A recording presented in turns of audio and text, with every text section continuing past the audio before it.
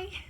So, I wanted to talk about something that I pretty much never go into, and that is marriage.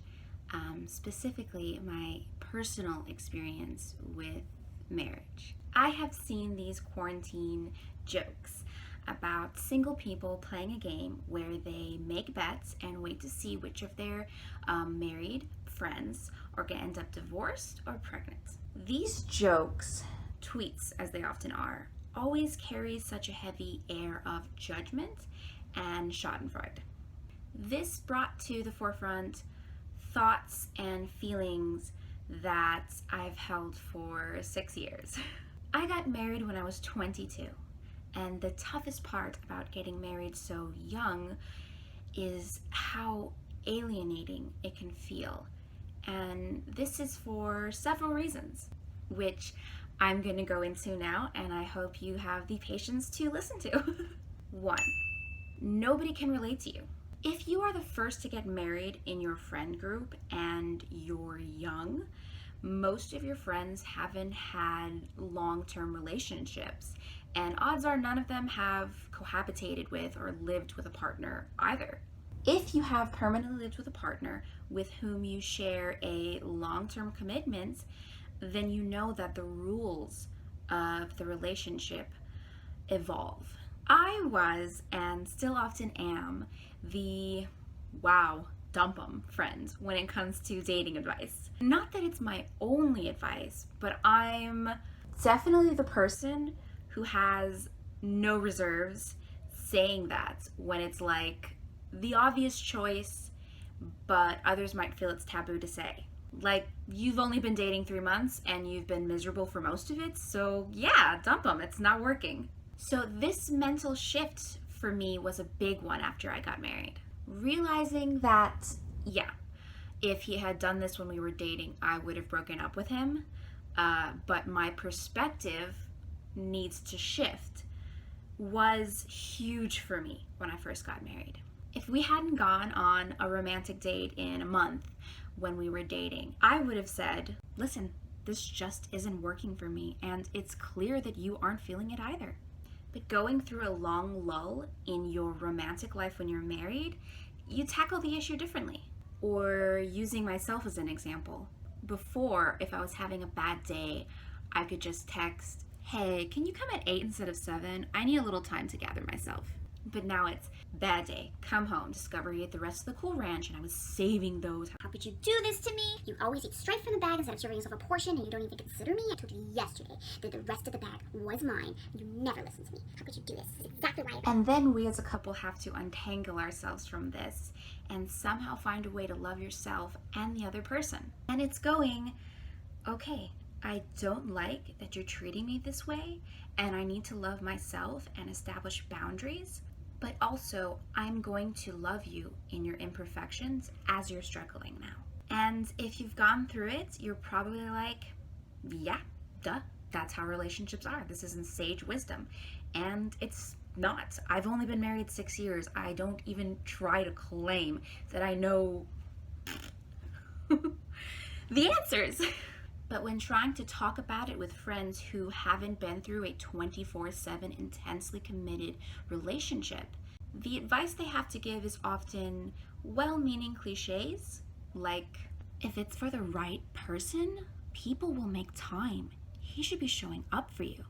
And it's not wrong, but it's oversimplified, and it doesn't apply here because I don't know how to tell you this, but your spouse is going to break your heart sometimes in life, and you're going to break theirs. Not out of malice, but because of your own limitations as a person, as a human being, with your own personal baggage and issues in life. And because of that, this advice is a great guideline if you're 4 months into a relationship and making a pro-con chart.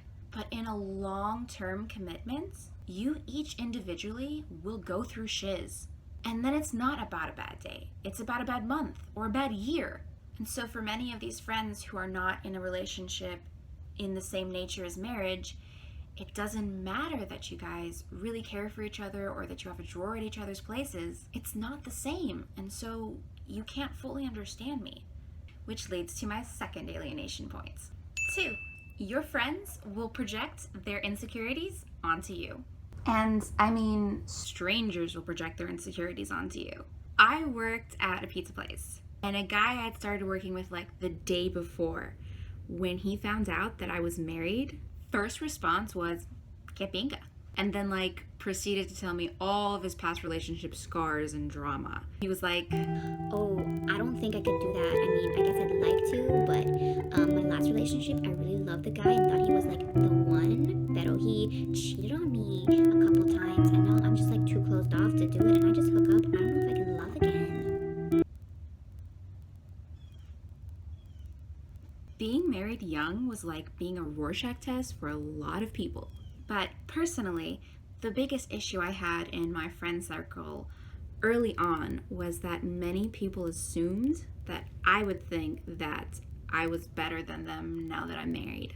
I didn't, but I get that society likes to pit single and partnered people, especially women, against each other. So there was no space for me to say, you guys aren't married, so you can't fully understand. But I still need you to love and support me, even in your limitations.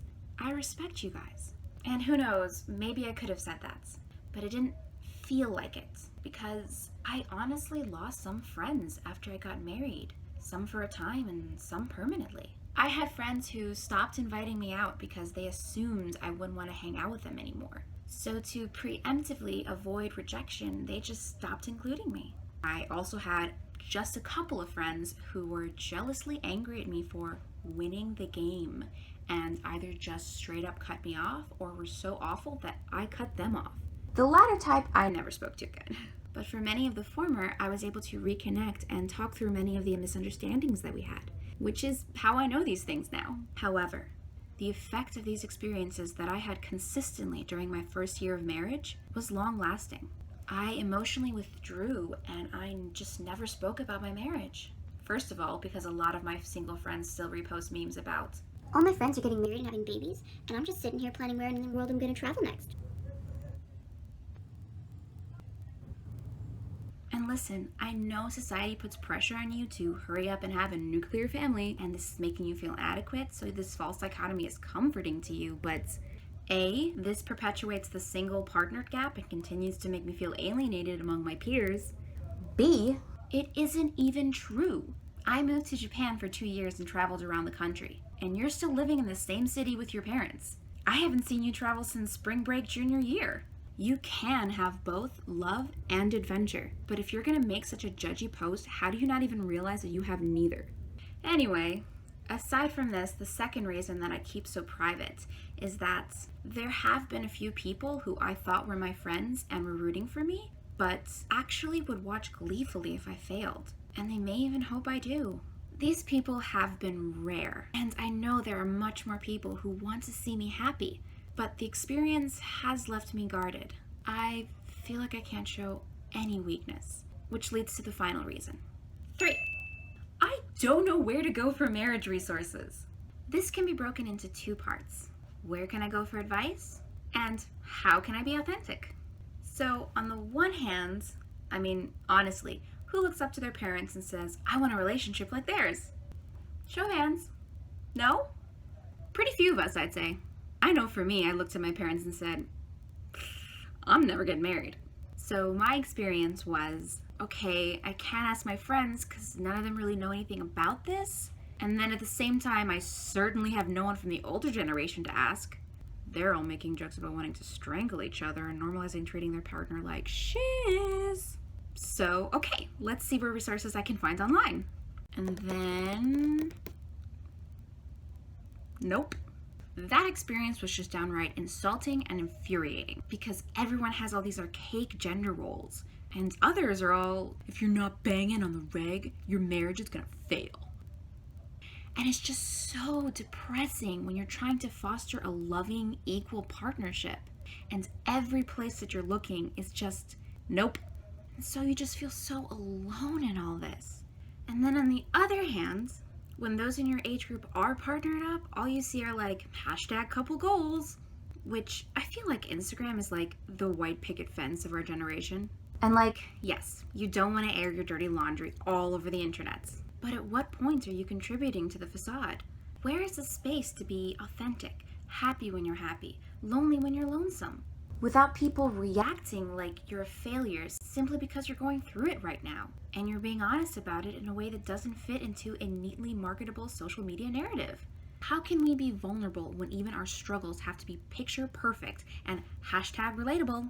Where's the room to grow when you have to stay in a box? And so circling back to those quarantine tweets that started all of this, from my perspective, I think relationships are going through 3 different paths right now. 1, the stormy seas are bringing them closer together in that it helps them realize what matters and what are the fights that don't. And maybe that causes them to expand their family.